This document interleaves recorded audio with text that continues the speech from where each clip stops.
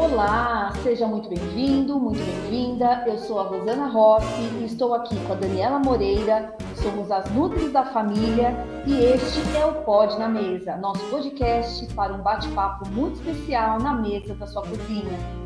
E o que pode na mesa hoje, Dani?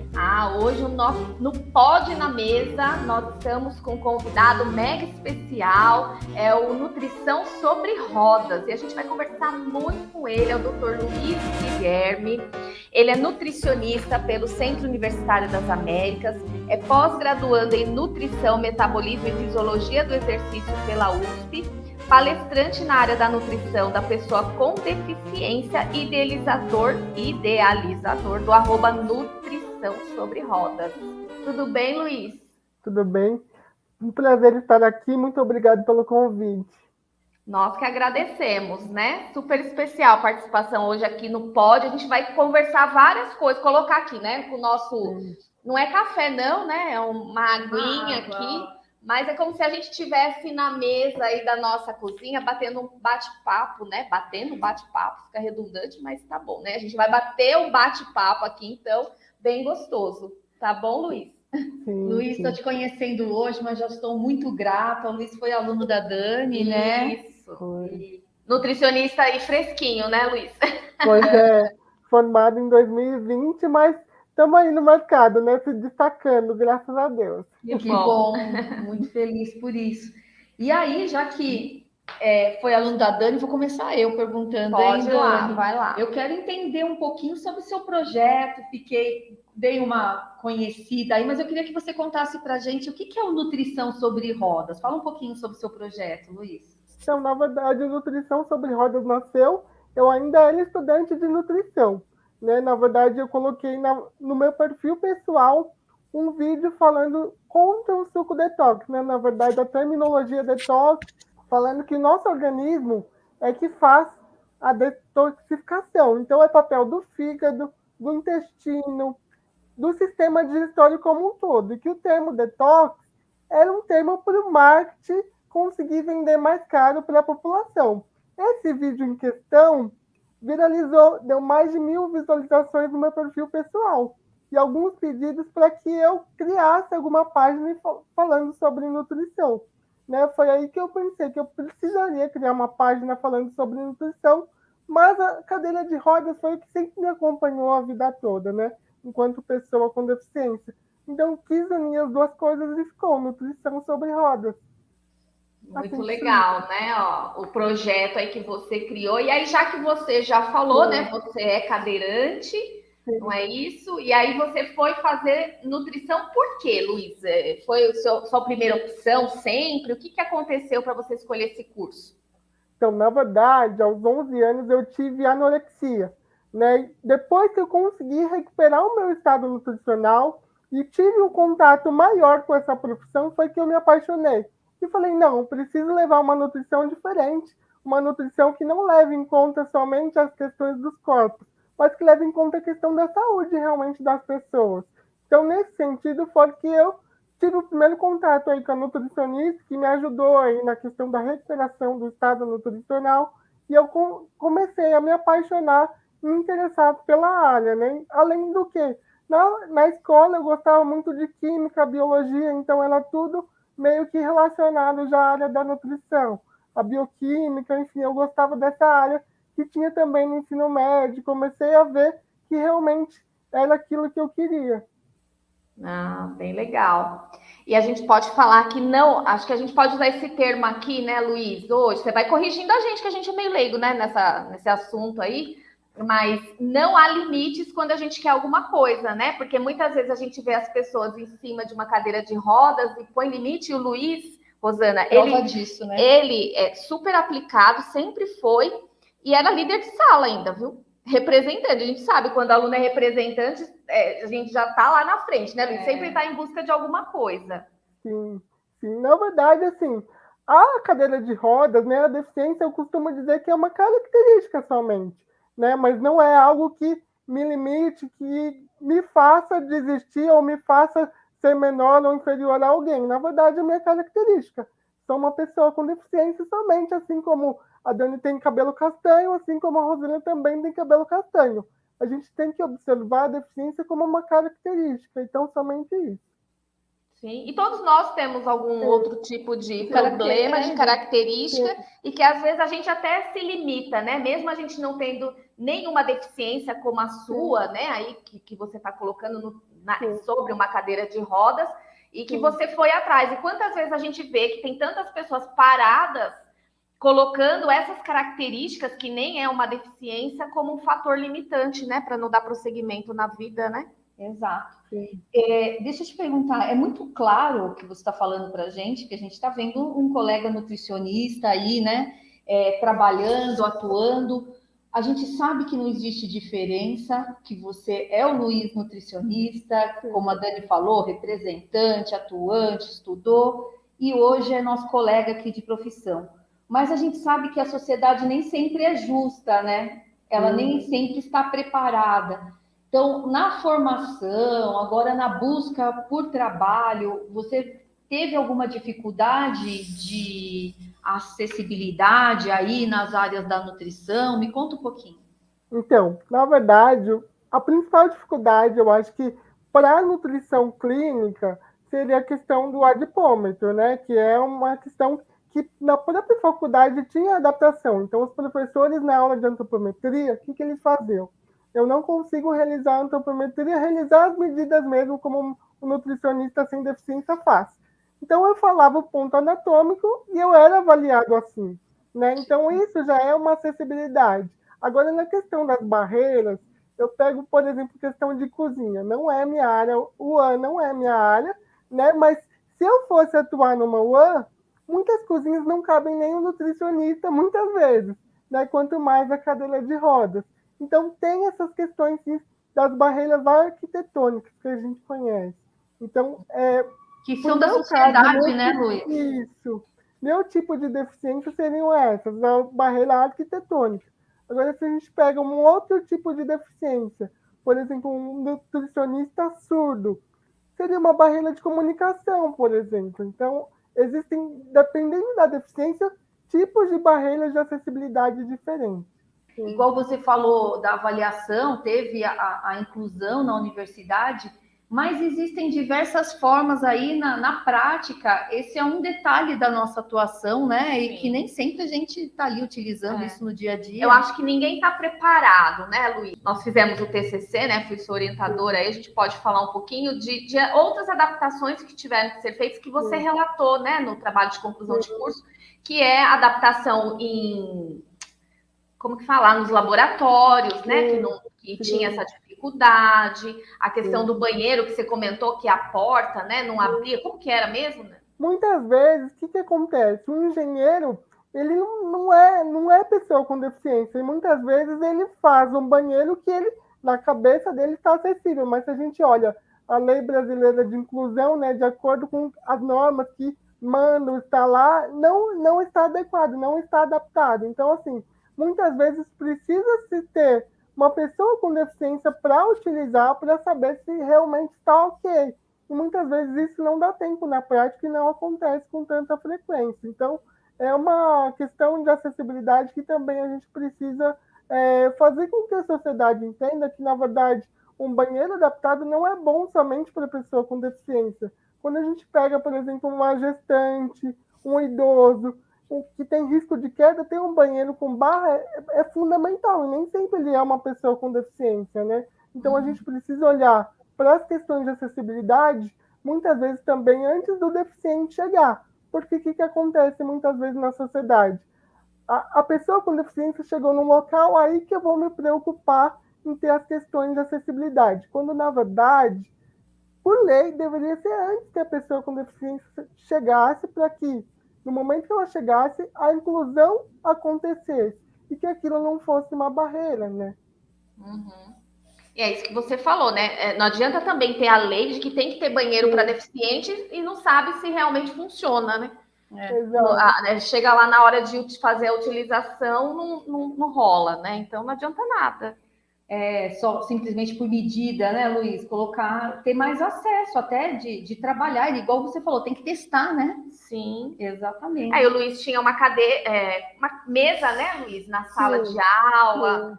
teve todo um aparato. Né? Uma mesa mais alta para poder apoiar e ser da altura da cadeira de rodas, mesa essa que, inclusive, às vezes tinha que fazer prova até um pouquinho mais para frente, porque senão o pessoal colava, porque era uma mesa maior do que as outras, né? Era. Aí não pode, né? Ou você facilitava, agora conta. Luiz. Isso não pode. Legal. E uma coisa que eu sempre falei, né, para o Luiz, e a Rosana não participou disso ainda, os pais dele sempre acompanhavam, falando, então você é um privilegiado, né? Os pais levavam e ficava até o final, ia na hora do intervalo, super bacana, né? A participação dos seus pais, aí da família nesse processo, né? É super bacana.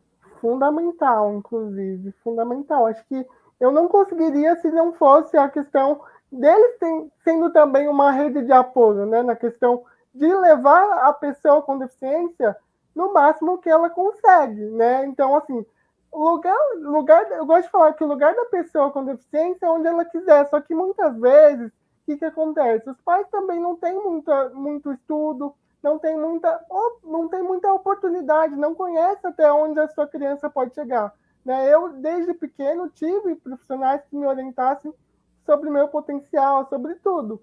Muitos pais não têm essa possibilidade, então eles muitas vezes ficam limitados na questão do tipo, meu filho não pode fazer uma faculdade, quando na verdade, se tivesse orientação, ele saberia que o lugar do filho dele é onde o filho dele quiser.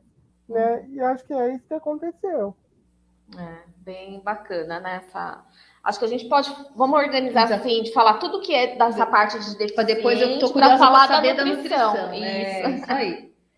Vamos falar um pouquinho, então, das cotas, né? Já que antes da gente entrar na nutrição, como que está isso para você, para o uso na prática, né? A aplicação disso? Conta pra gente, Luiz. Isso realmente existe e é fundamental que exista. Né? Hoje em dia, ainda a gente precisa explicar para a população que não é uma questão de preconceito. Às vezes eu escuto, mas você é tão inteligente, para que uma lei de cotas?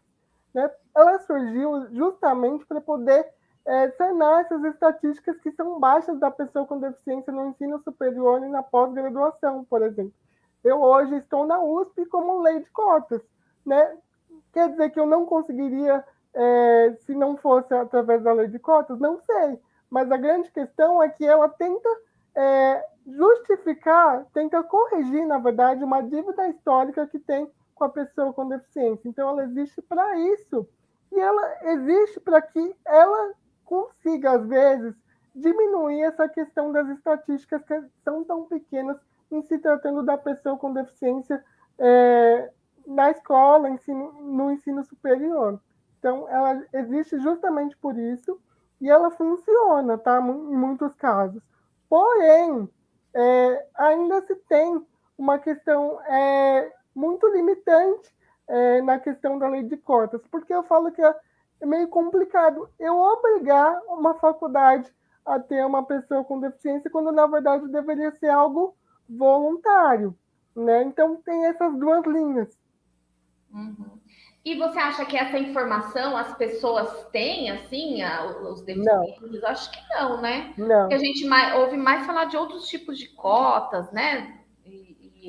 Do deficiente, realmente, eu acho que é pouco falado. Por isso que é muito legal, Luiz, você ter esse projeto do Nutrição sobre Osso, porque abre portas, o que a gente sabe é que em todas as áreas, desde qualquer coisa que você tenha que não é uma estatística grande, você precisa ser representado. Então, quando você vê alguém que passa pela mesma dificuldade, muitas vezes, ou que vai fazer o uso, você contando aqui pra gente que faz o uso de cota, pode ser que uma outra pessoa fala, nossa, eu nunca pensei, eu vou também lá numa universidade pública para ter acesso, né? Sim. E para trabalho também, a gente sempre reconhece nas empresas, né, Dani, essa prioridade aí para a pessoa com deficiência. Você tem percebido isso na busca por emprego? Conta pra gente.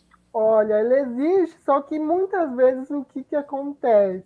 Né? Muitas vezes eu já vi casos de empresas que, por exemplo, pagam para a pessoa com deficiência ficar em casa e ela somente assinar. Por quê?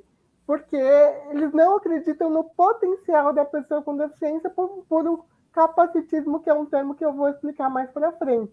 Mas existem ainda algumas questões que a gente precisa trabalhar sobre isso, né? Nossa, é complicado isso, como se fosse um funcionário fantasma, então é só para atender a legislação, a cota. Exato. Ô, Luiz, você lembra não sei se você lembra, Rosana, de uma propaganda que teve há um tempo atrás, falando justamente, há muitos anos atrás, falando que não cabe um deficiente aqui na minha empresa, e aí passava a propaganda, a pessoa ficava com a cadeira, né, com rodinha, e aí ia para lá e ia para cá. Quer dizer, por que não cabe isso? Você lembra dessa propaganda? Então, as pessoas não entendem realmente, igual você falou, né, desse capacitismo, que se você quiser, você já pode colocar para a gente, que as pessoas precisam enxergar, né, que existe o outro lado, é possível, e que isso não vai atrapalhar, porque o outro também está em cima da sua cadeira lá de rodinha. Qual é a implicação disso?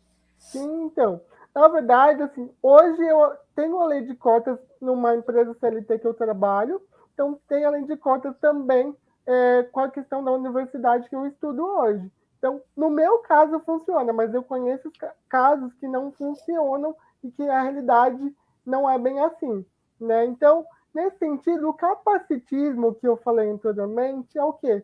É você superestimar ou subestimar a capacidade da pessoa com deficiência. Então, é o famoso preconceito, né, com a pessoa com deficiência. Então, colocar a pessoa com deficiência ou como um super-herói, né, ou por pequenas coisas, por exemplo, escovar o dente, estudar, trabalhar. A gente recebe parabéns todos os dias, mas eu costumo brincar que basicamente, se eu não fosse uma pessoa com deficiência, eu receberia parabéns por isso? Se a resposta for não, eu costumo brincar que é o capacitismo. Por quê? Porque isso leva a pessoa que não tem deficiência a entender se ela está tendo uma atitude capacitista ou se ela realmente tem uma admiração por aquela pessoa. Eu costumo brincar também que o capacitismo é olhar a pessoa e não a deficiência. Então, é justamente sobre isso. Eu vi um programa esse final de semana de jornalismo, que está tendo uma campanha, não sei se você assistiu, que é assim, né? Quando você olha para o Luiz, quem que você vê? Eu vejo um nutricionista, que eu tô doida para saber essa parte da entrevista aqui, de qual que é o seu trabalho, o que faz. Eu acho que é um pouco disso que você está falando, é olhar para a pessoa e ver a pessoa, né? A gente não. Eu estou sentada numa cadeira aqui, assim como você, e a gente não está olhando para a cadeira. A gente não sabe, né? Que você está numa cadeira de rodas, assim como nós poderíamos estar também. Sim. Então, é olhar e ver a pessoa, né, Luiz? E ver o que ela faz. Uma coisa que eu percebo muito em qualquer tipo de preconceito, qualquer tipo de cota, ou que a gente venha falar, é que, assim como mulher, somos mulheres que também têm essa diferença na sociedade. Normalmente a gente tem que fazer muito melhor, a gente se cobra mais, a gente vive nessa pressão para provar para o outro que a gente está merecendo estar onde está, sendo que já merece, né? Já fica naquela situação de ter que provar o tempo todo. Você percebe isso também? Sim, então. Na verdade, assim, para a pessoa sem deficiência acreditar na pessoa com deficiência, ela precisa dar oportunidade, que muitas vezes não acontece na prática, né? Então, a grande questão da pessoa com deficiência sempre estudar, sempre querer se destacar, vem justamente por muitas vezes já ter sofrido esse preconceito e na tentativa de não passar por isso novamente, tenta aí o tempo todo se reforçar sobre isso. Mas quando, na verdade, o que deveria acontecer é uma comunicação a respeito disso.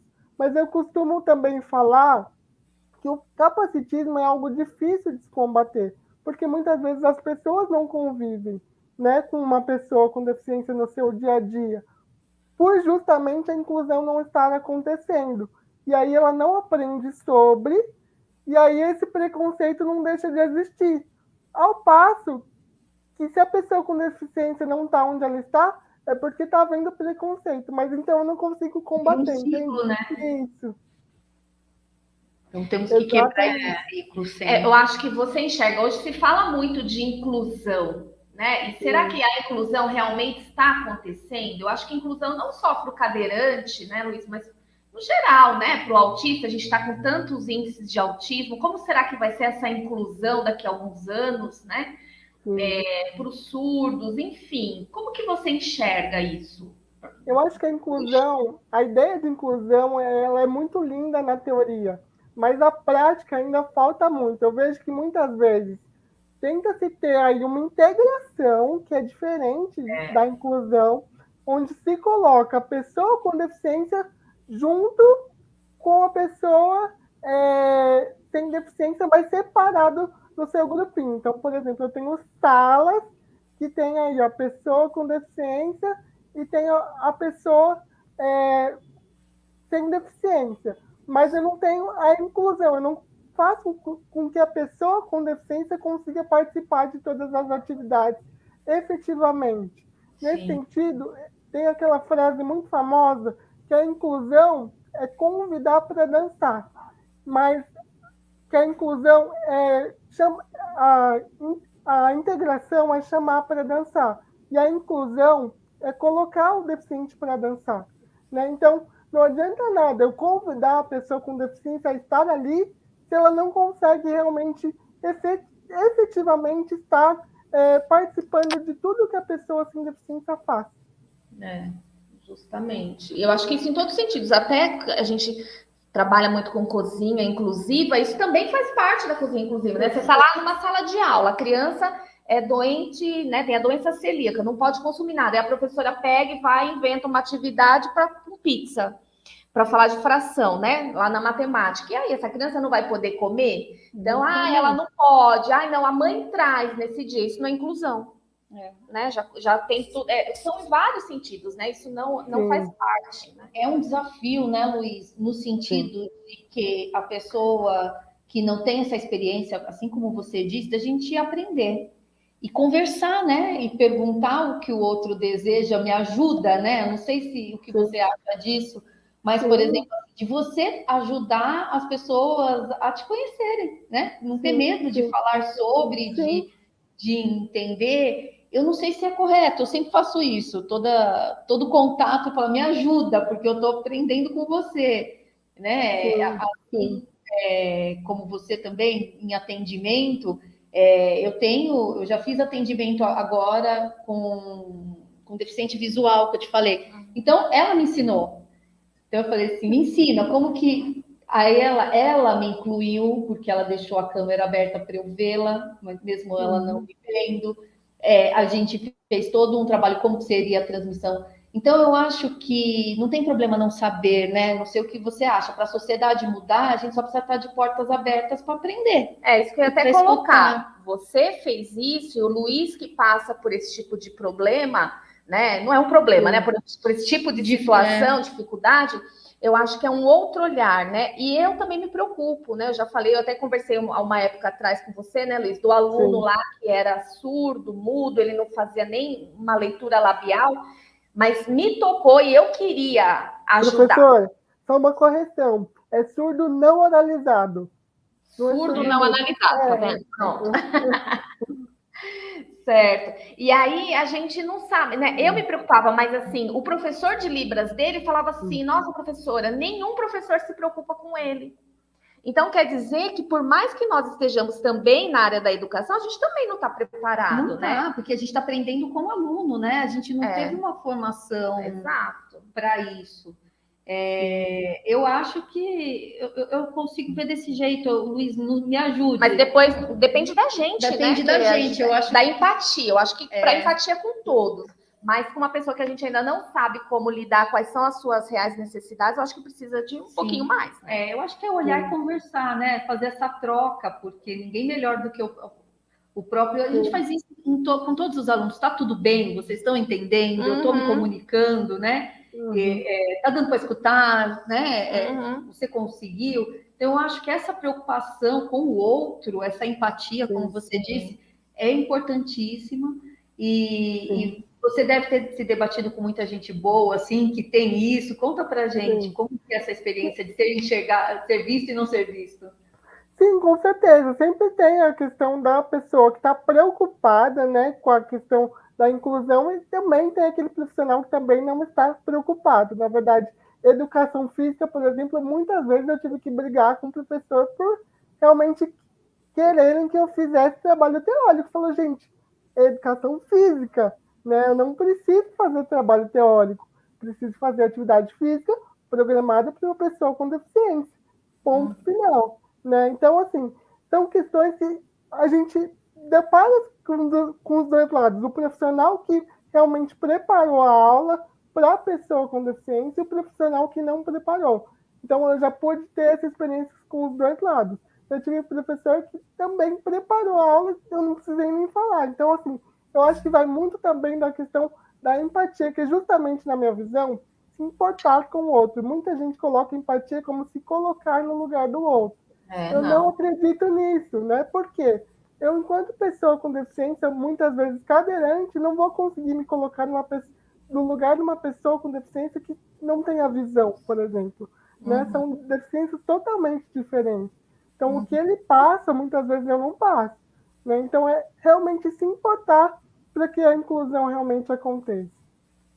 Perfeito. E aí, já que a gente está falando desse termo deficiência, e aí, né, você falou surdo, não analisado, é isso? Não oralizado. Oralizado. Não oralizado. Isso. E aí, o que é uma pessoa? Como que chama uma pessoa com deficiência? Que há alguns anos atrás a gente não podia falar deficiente, né? Era pessoa portadora de necessidade especial. E aí agora voltou para isso. Como que a gente se coloca, né? Até para a gente não correr risco de cometer um erro aí, né? Na nossa fala. O termo correto hoje em dia é pessoa com deficiência ou PCD. Por quê? Justamente pela pessoa vir primeiro que a deficiência. Né? Até muitas vezes na escrita, o PCD, o P é maiúsculo justamente para ter isso, para a pessoa estar em destaque sobre a deficiência da pessoa com deficiência. O termo portador de necessidades especiais hoje em dia não se utiliza mais, por quê? Justamente pela palavra especial ser um pouco capacitista, né, no sentido de colocar a pessoa com deficiência como especial, e por entender que ninguém porta uma deficiência. Eu não sou cadeirante hoje e amanhã não sou mais. Né? É uma característica minha que eu vou morrer com ela. Então, nesse sentido, ninguém porta uma deficiência. A pessoa possui uma deficiência. Então, é pessoa com deficiência. Hoje em dia, o termo mais correto. Ô, Luiz, quantas pessoas você sabe, assim, que são deficientes? Existe uma estatística? Atualmente, pela última que eu vi do IBGE, 17 milhões de pessoas têm alguma deficiência hoje em dia. Entendi. E aí eu vi, né, numa pesquisa aí que só 1% dos brasileiros com deficiência está no mercado de trabalho e 61% das pessoas com deficiência têm baixa instrução. Você concorda com essa informação?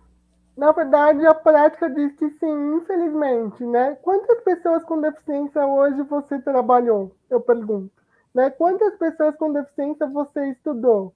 Você teve a oportunidade de estudar? Então, assim, eu não preciso ir muito longe para a gente levar essa reflexão que realmente é muito baixa, as estatísticas, né, sobre isso. Precisa melhorar. Como que a gente melhora? Tendo vídeos, tendo informação como essas, como podcast como esse, para que as pessoas se informem sobre isso e que tentem algum dia mudar essa realidade. Eu costumo brincar que para eu falar de inclusão, eu já não estou tendo a inclusão na prática. Né? Então, nesse sentido, o dia que eu não precisar mais falar de inclusão, não precisar mais falar de acessibilidade, aí eu vou ter certeza que a inclusão está acontecendo. Por enquanto, ela não está. E é importante falar, né, Luiz? Sim.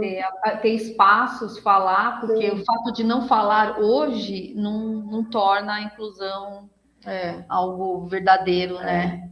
Exato.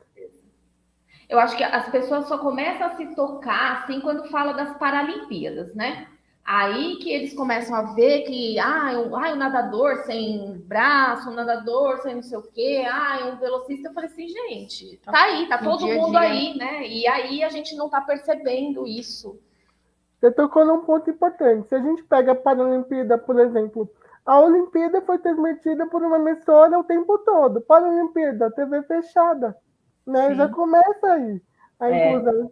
Isso é histórico, porque antigamente a pessoa com deficiência era conhecida como os inválidos. Olha que forte isso. Isso, ao longo da história, foi evoluindo, até surgir aí pessoa portadora de necessidades especiais, que hoje é a pessoa com deficiência. Então, olha a evolução que a gente conseguiu já de os inválidos para a pessoa com deficiência, mas é uma construção, né? Ao longo dos anos vai se melhorando isso, né? Já melhorou muito, mas tem muita coisa ainda, né? Eu fico babando, né? Quando eles falam assim, gente, eu não sei nadar, tenho pavor de piscina, e o pessoal lá sem braço, sem perna, eu, gente do céu, onde é que eu Vai vou? lá, peixinho. Não, deixa ele, ainda não dá, não. Não rola, não vai rolar, Luiz. Então vai lá para a parte que você quer tanto saber do Luiz. Eu quero saber como está aí, como está sendo entrar no mercado de trabalho. Eu não dá nem falar pós-pandemia, porque na pandemia ele se formou e na pandemia Luiz entrou no mercado de trabalho. Me conte um pouquinho, Luiz, como que está sendo? Você já está conseguindo atuar como nutricionista? Sim. Atualmente eu estou no atendimento online, né? 2022 pretendo aí abrir o consultório físico, né? Mas estou no atendimento online nas palestras da pessoa com deficiência. Então, dou palestras em faculdade, falo sobre a pessoa com deficiência, que é uma área que eu estudo, né? Que eu atuo bastante por ser uma pessoa com deficiência. Então, eu costumo brincar que é possível que um nutricionista sem deficiência atenda uma pessoa com deficiência, mas ele nunca vai saber exatamente o que uma pessoa com deficiência passa. Nesse sentido, né, estudar e poder falar sobre a nutrição da pessoa com deficiência hoje é uma grande alegria para mim. Né? E essa é uma verdade? Você tem mais pacientes que são pessoas com deficiência? Sim.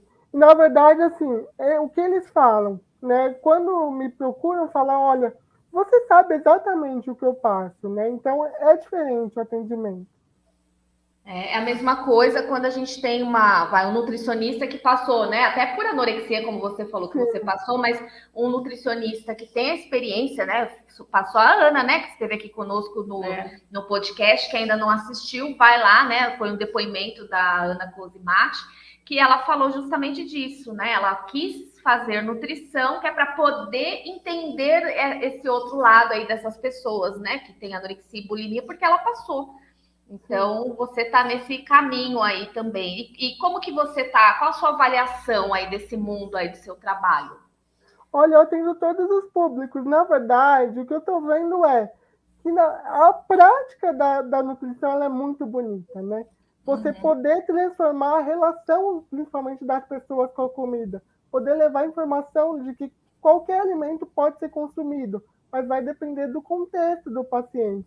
E que ele muitas vezes hoje está chegando com medo de comer. Que, na verdade, o nosso papel é fazer com que ele goste de comer. Então, assim, é muito gratificante quando a gente consegue mudar essa realidade, né? Então, você está satisfeito neste momento com a nutrição? 4 anos de estudo aí, né? Todas as dificuldades. E aí, ano que vem, você vai continuar no teleatendimento e mais no espaço físico, é isso? Exatamente. Legal. E essa pós-graduação que você está fazendo? Eu faço atualmente pós em nutrição, metabolismo e fisiologia do exercício, né, pela USP. Então, eu pretendo algum dia trabalhar aí com a nutrição da pessoa com deficiência do atleta paralímpico. Né? Então, nesse sentido, eu preciso ter a formação de base em nutrição esportiva para poder atuar de uma melhor maneira possível, embora as referências na questão da pessoa com deficiência ainda falte muita literatura. Né? Então, é mais a prática e o acolhimento do dia a dia para a gente poder trabalhar. Mas, por exemplo, fórmulas falta bastante. Questão de adaptação da antropometria, muitas vezes tem que fazer. Aparelhagem que não tem adequado em muitos lugares também tem que se adaptar. Então, assim, ainda falta muito nessa questão também da ciência da pessoa com deficiência. Não se estuda muito sobre isso hoje ainda. Acho que você é o pioneiro. É você, Luiz. Ó, já estou imaginando, ó, eu lá assinando, né? Nós lá assinando o livro do Luiz, ó, que chique, hein? Né? Eu acho que esse é o caminho mesmo. Já que não tem, você pode ser o que vai. Esse é o desafio. Criar todas essas fórmulas aí, por que não? Porque é tudo muito adaptado, né, Luiz? Você vai pegar, você está pegando uma fórmula comum e tenta adaptar. E você vai poder ver toda essa parte da fisiologia de uma forma diferenciada, trabalhando uma parte do corpo, o que isso impacta, né?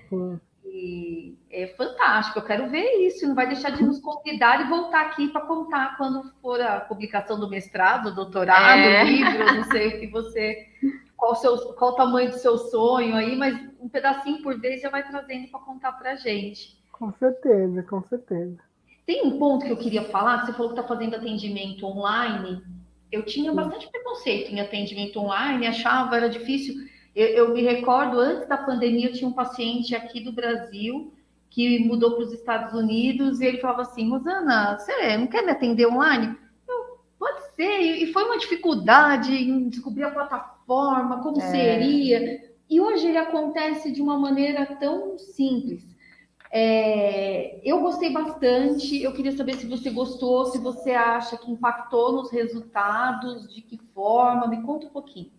Eu acho que é perfeitamente possível a gente fazer um bom atendimento online. Hoje em dia eu tenho uma certeza. Né?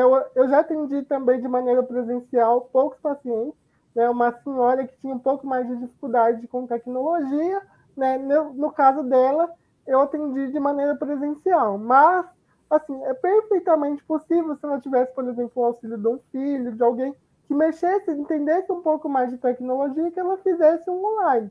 Mas com ela eu preferi fazer o presencial, por quê? Porque eu percebi que ela não conseguia se conectar muito bem, assim, na questão do vídeo, né? Para ela era uma dificuldade. Então, nesse sentido, para ela, eu optei por fazer presencial. Mas é perfeitamente possível, na maioria dos casos, a gente ter um atendimento online de maneira adequada. Eu concordo com você. E tenho percebido que os pacientes gostam, no sentido porque eu tenho crianças, às vezes, e aí fica dependendo do pai faltar no trabalho, ou alguém levar e gastar com transporte, estacionamento, enfim. Eu tenho um ambulatório que a gente tem experiência, eu tenho do pessoal de Recife, então de outros estados que muitas vezes tem que esperar o voo, a liberação da prefeitura para vir ou o dia, e a gente consegue se falar com maior frequência. Então, eu estou achando muito legal, e legal ver a experiência de outros colegas aí que funciona bem, não desprezando o atendimento presencial, olho no olho, o toque ali, que a gente não pode ficar tocando muito, mas é muito legal. Que bom que a gente tem visto. Vamos torcer aí, né, para o nosso conselho reavaliar e liberar mais tempo aí essa forma de atendimento.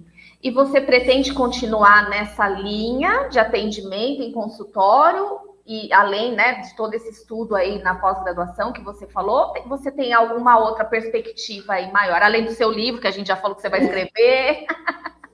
Então, na verdade, eu não sei se eu vou caminhar para a docência, né? Porque as palestras estão acontecendo com bastante frequência. Então, nesse sentido, eu acho que eu vou acabar fazendo aí um mestrado, um doutorado, mas eu não quero deixar o consultório nunca, que é o que eu mais gosto da área da nutrição, é um consultório, é realmente poder levar a nutrição individualizada para cada pessoa, é o que eu mais gosto.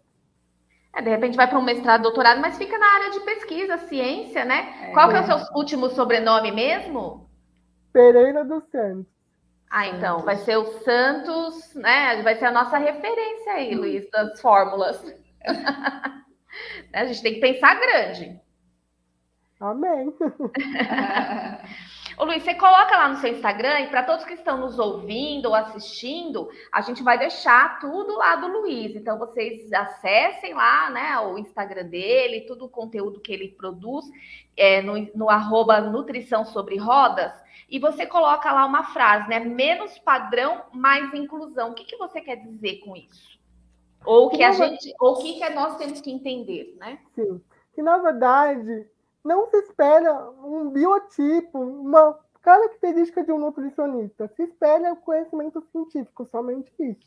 Né? Que as pessoas, muitas vezes, não vão esperar serem atendidas por uma pessoa com deficiência, mas que, na verdade, elas não olhem isso. Olhem se o profissional ele tem ou não conhecimento científico, tem ou não um CRM que torna o hábito para estar aí atuando como nutricionista. Que isso tem que ser o padrão de referência para uma pessoa procurar um nutricionista. Então, somente isso.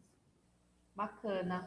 Eu acho que assim, é você dando a oportunidade da gente, né, das pessoas terem esse atendimento maravilhoso, tá todo mundo aprendendo junto, sim, né? Com certeza. Sai discurso e vira a vida real, né?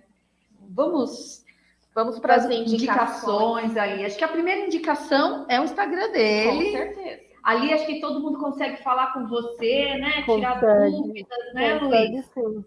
É @Nutricão sobre rodas. Colocar sem o cedilha, que senão não acha, tá bom? Então, ó, quem está escutando já vai lá no Instagram e já curte. E você tem alguma outra indicação? Um documentário, filme, para quem está nos assistindo, se quiser procurar algum assunto aí de referência? Eu gosto bastante do Milagre da Cela 7, que ficou bem popular agora na Netflix. Né? Eu acho que ali fala realmente sobre a inclusão. E ali fala também da questão do capacitismo, de colocar a pessoa com deficiência. Fala de um pai ali que cuidou de uma filha, né? Mas que, na verdade, a sociedade colocou como se ele não pudesse cuidar. Então, ali traz realmente as barreiras ao extremo que a pessoa com deficiência pode sofrer. Então, acho que é uma reflexão bastante importante, que é um filme que super indico. Sim, eu chorei horrores nesse filme. Eu achei lindo também, adorei. É lindo, mas a gente chora bastante, né? Por toda essa situação, né? O envolvimento, né? A empatia ali do cidadão. Quem não assistiu, vale a pena.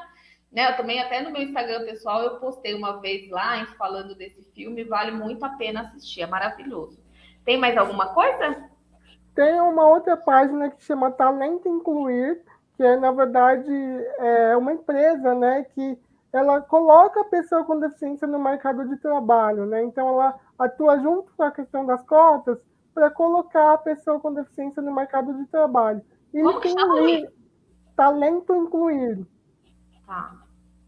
Eles têm um site que tem vários conteúdos sobre a pessoa com deficiência nesse sentido. Tem livros que falam sobre o capacitismo. Então, acho que vale a pena as pessoas conhecerem esse site, conhecerem os livros que eles têm, para poder entender um pouquinho mais sobre isso.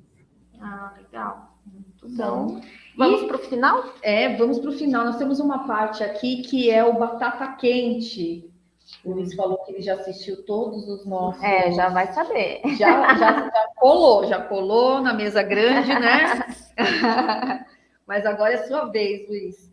Estudar é bom para evoluir. Você gosta de doce ou salgado? Eu sou do time do doce. Uma fruta. Fruta, caju. Nossa, diferente. Um prato, Luiz, que você goste, que te lembre da infância. Pipoca, amo pipoca. Eu também. Eu lembro, sabe o que? Do meu pai? Sempre eu lembro do meu pai fazendo pipoca. O que nós vamos comer hoje à tarde? Pipoca. Aí chegava no outro dia, tô com fome, tem pipoca. Sempre era referência. Era você reclamava, mas hoje você. Não, hoje eu faço. Aí minha filha fala: que nós vamos comer? Pipoca. E ela gosta, porque o presente da Ana foi uma pipoqueira. Foi pipoqueira, uma panela gigante. Quero comer pipoca sua, hein, Ana?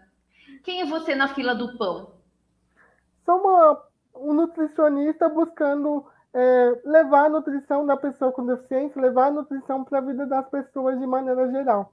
Uma pessoa que sonha bastante, que sonha alto e que, na verdade, busca aí com que a sociedade seja mais inclusiva com a pessoa com deficiência. Maravilhoso. Luiz, um pensamento que você pode deixar para quem está nos ouvindo, para nós aqui, para a gente aprender, né?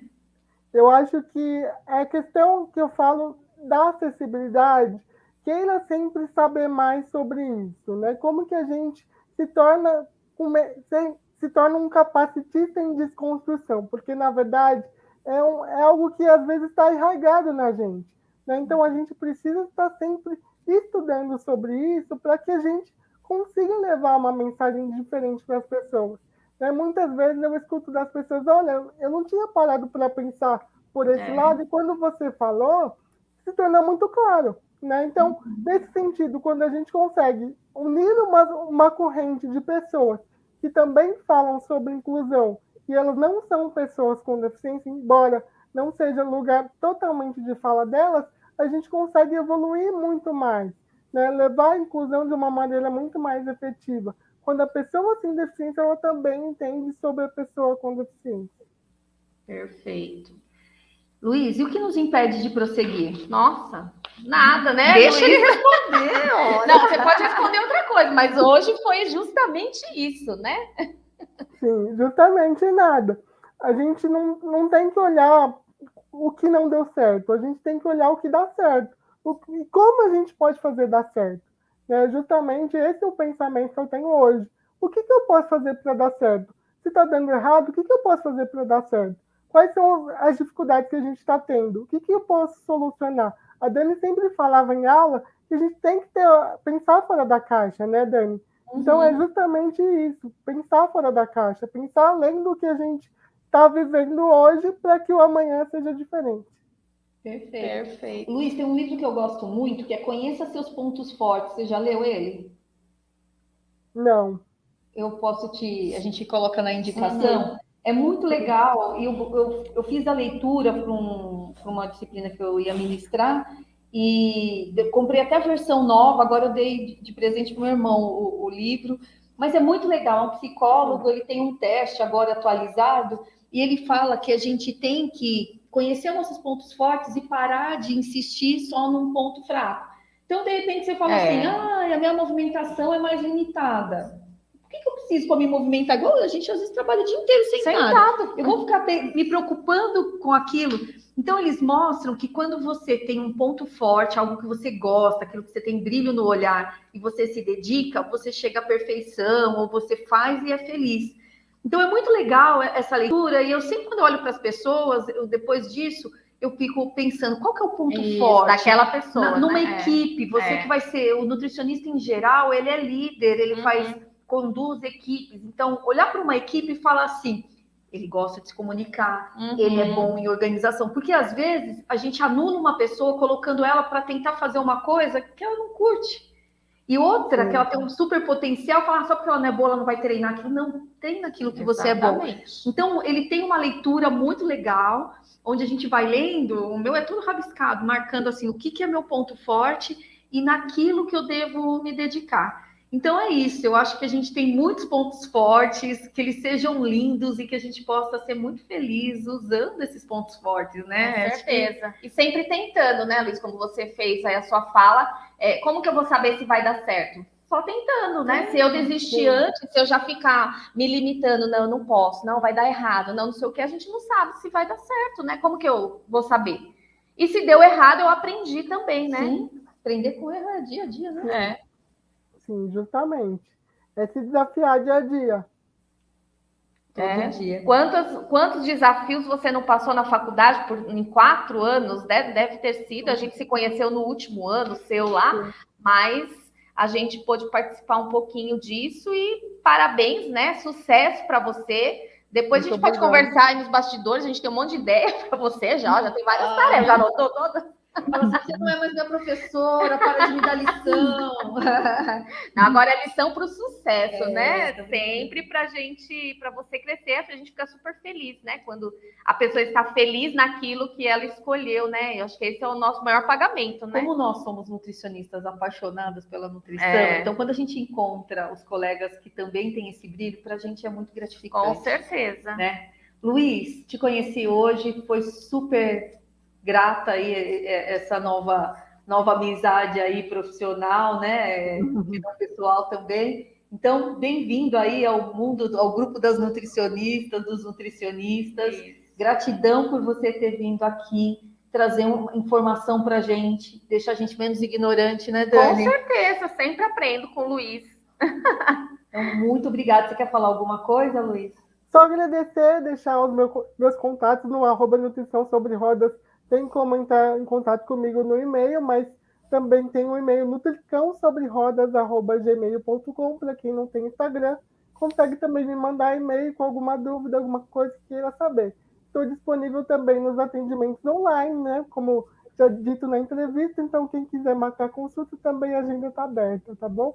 Muito obrigada pela oportunidade. Obrigada, viu, Luiz? A oportunidade é nossa. Muito sucesso aí para você. Isso. E para quem está nos ouvindo, espero que tenha curtido muito, porque a gente curte tudo aqui, né? Então, vocês também em casa têm que curtir com a gente aprender mais todos os dias. Tem uma pauta enorme, né? Tanta gente legal para conversar, né? Assim, a gente sempre está feliz aí, podendo fazer isso que a gente faz.